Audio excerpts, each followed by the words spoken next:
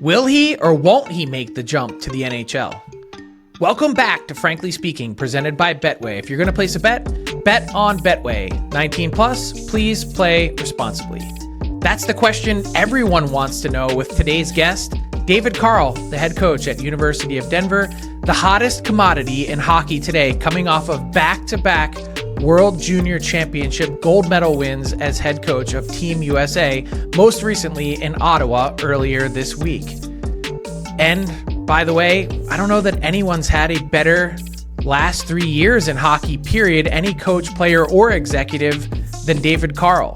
2022 National Championship at Denver. 2024 World Junior Gold Medal follows that up with yet another National Championship at Denver, and then the back-to-back gold medal in 2025, just a few short days ago with Team USA. His story is an interesting one. David Carle got off to his coaching journey with a little bit of tough news. In 2008, as he was preparing for the college hockey season and the NHL draft, he was diagnosed with hypertrophic cardiomyopathy, an enlarging of the heart tissue that prevented his playing career from continuing on.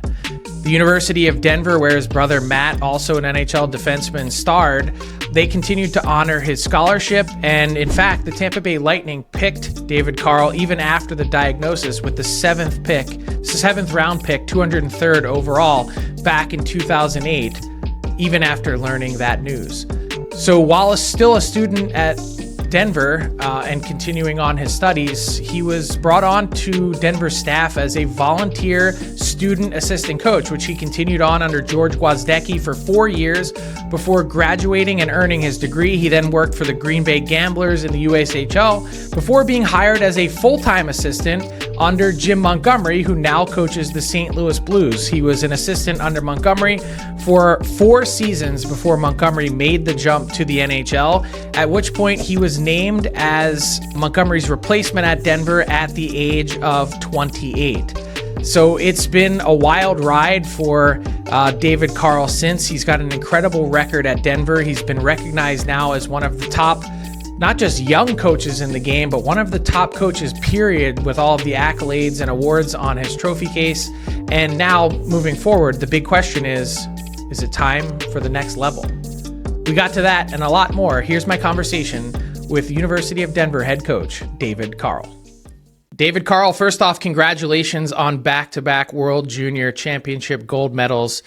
What's it been like and to exit the tournament and get back to normal life at Denver? Yeah, thank you. It's been obviously a whirlwind experience. It goes slow but fast all at the same time. And getting back here to Denver with the family, kids, and everything has been great. And getting around our team, we got a big series this weekend right at home. So right back into it. Looking forward to that challenge, and but really grateful for the opportunity and honored to have had our team win in the way that we did. When you have the experience that you did in Ottawa, what do you have a lasting memory from it? Like, what will you take away from this year's team, and maybe how is it different at all? I know you had 10 guys back, but from last year's team that also won. Yeah, I think I don't know, as time goes, they might blend together. They might separate a little bit. I think, I've said it before, but just their group's desire to play in the big games, in the big moments, to relish those opportunities, to rise to the occasion, I thought was kind of one of the cooler things to see.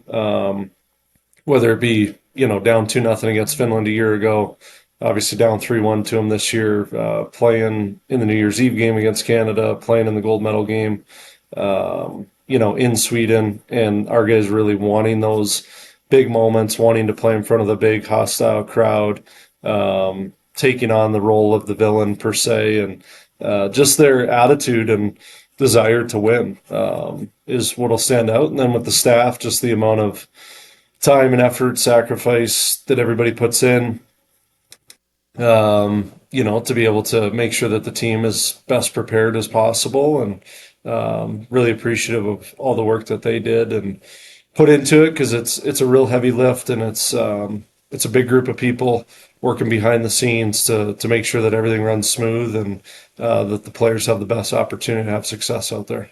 And it's such a heavy lift right in the middle of your own Denver season. I know there's a bit of a holiday break for school, but when do you flip the switch to go from Denver to Team USA, and how do you do that? Yeah, I mean, I think having great people here at Denver makes all that a lot easier. I mean, I've missed now 10 games over the last 2.5, 3 years.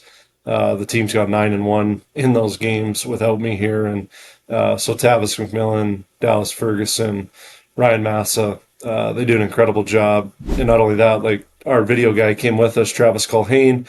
So we have people subbing in. David Tenzer, longtime ops here, came back to help out. Nick Meldrum's our equipment manager, so leaning a lot on his students while Nick's out of town.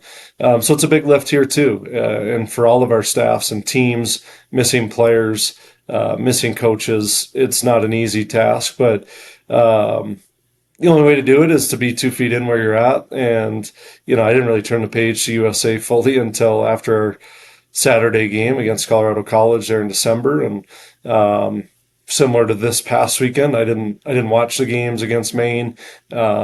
Trust my staff; they do a great job, and got a big road split in a really hostile environment. So it's being 2 feet where you are, trusting the people around you. I think to execute and do the things that they're great at.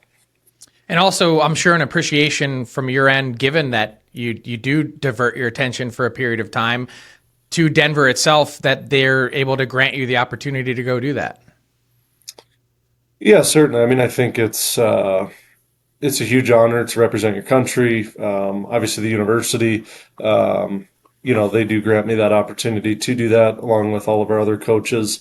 So yeah, it's a big ask for all the schools that are losing players and staff members. And I think obviously we all believe it's a net positive experience for individuals, but also for the collective. I think it's a great thing for our university and for our program, for myself and Travis and Nick and Zeev, obviously being the most important, being involved in this team. And I think it puts eyeballs onto our institution, onto our hockey program, and makes us more relevant within the recruiting battle. So that's all important too. There is a net benefit for all of us to be a part of it, but it's not why you do it. But it's certainly a residual effect from being a part of the event and having it go well for our country. What do you think is the biggest difference between coaching at the World Junior and college levels? Obviously, I mean, the biggest difference is the time that you have. It's much more compressed. Obviously, the World Juniors, you have to get people together quicker. You have to try and get them on the same page as to what winning hockey looks like faster. College season, lots more returners, less new people coming in year in and year out as it would be on the World Juniors, and more time to kind of build in. You get a 3-week training camp. I mean, the tournament itself is 3 weeks, so it's very different just from the speed at which things happen. But both unbelievably challenging and rewarding, obviously, at the same time. Do you notice a difference at all with the stakes, the larger crowd size, what's on the line, bragging rights for your country? Is there more emotional swings on the bench? Is it different that way too?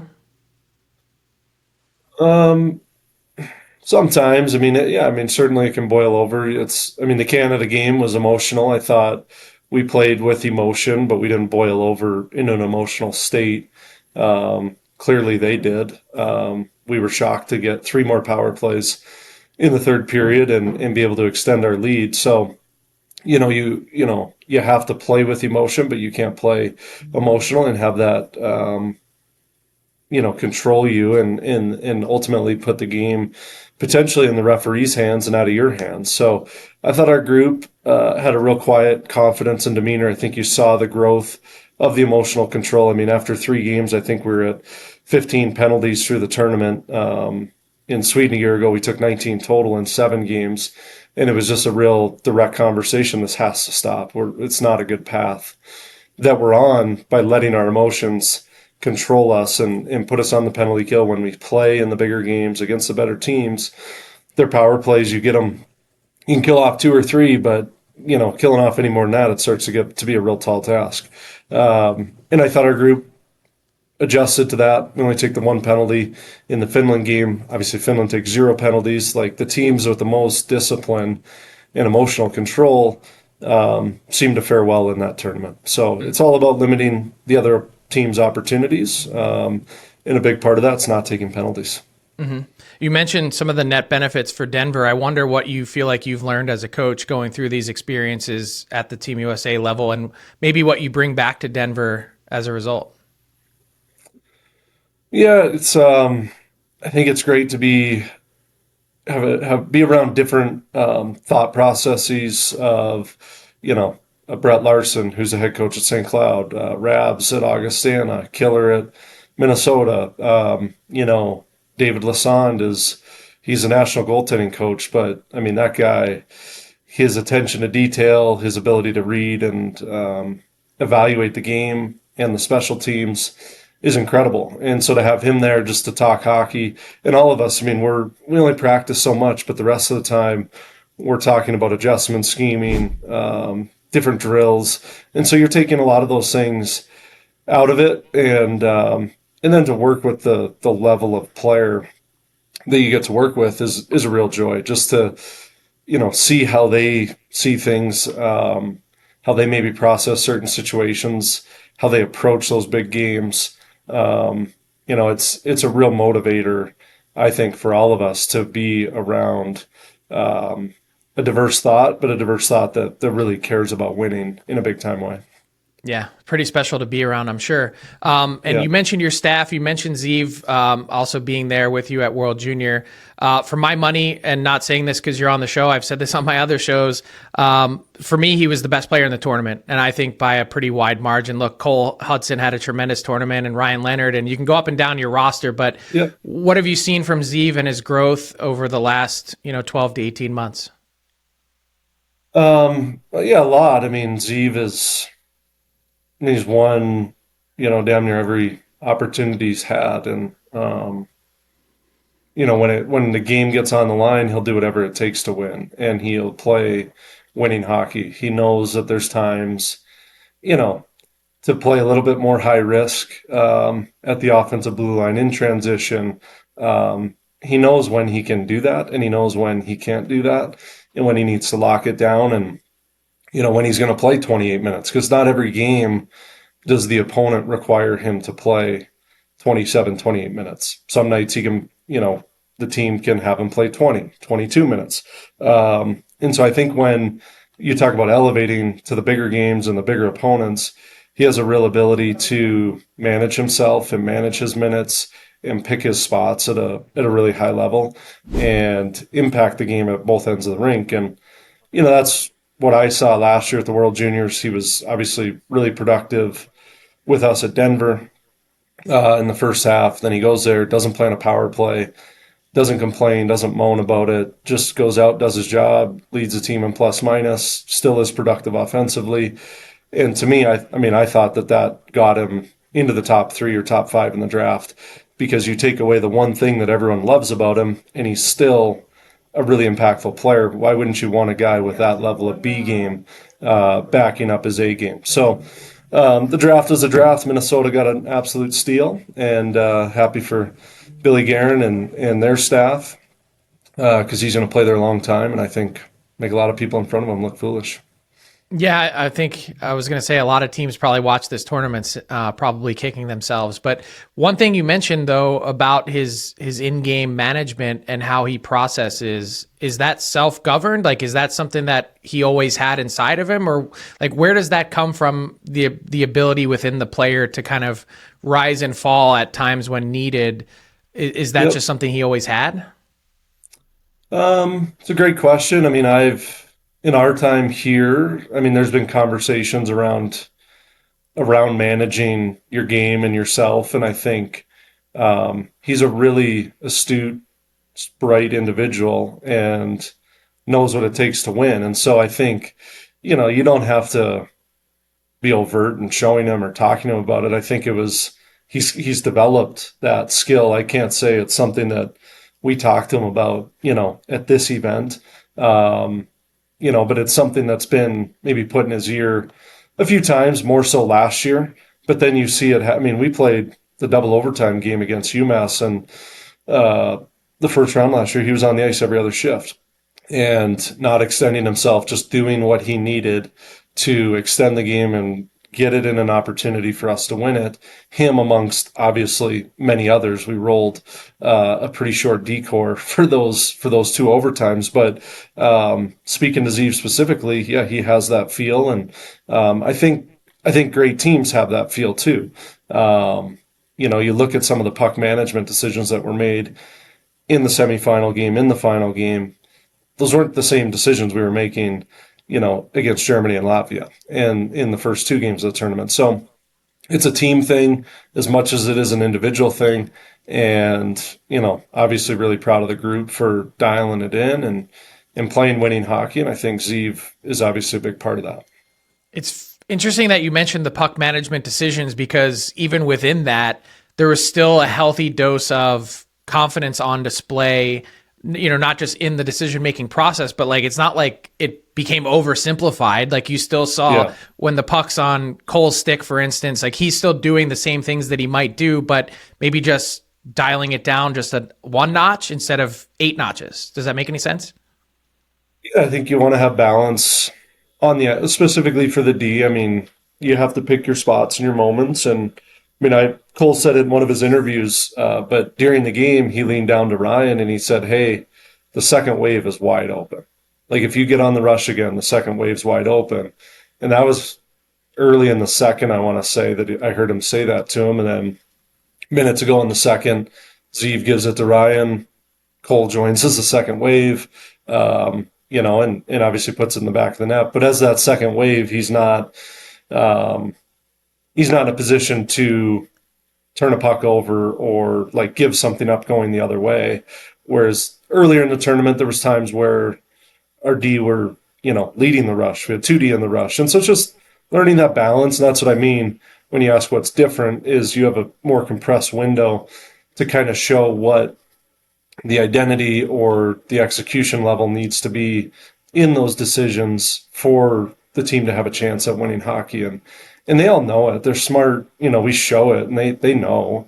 The challenge is they all have a lot of rope at their current clubs, college or junior, and, they can turn pucks over and get thrown right back out. And so the message is like, we can't have 20 guys thinking that way. We need some people to build momentum for us shift to shift. And that's probably one of the challenges of coaching that tournament, is that for sure. And that is shared by coaches, and then it's permeated through our leadership group and Ryan and Gabe and Oliver and Danny, and I'm missing one.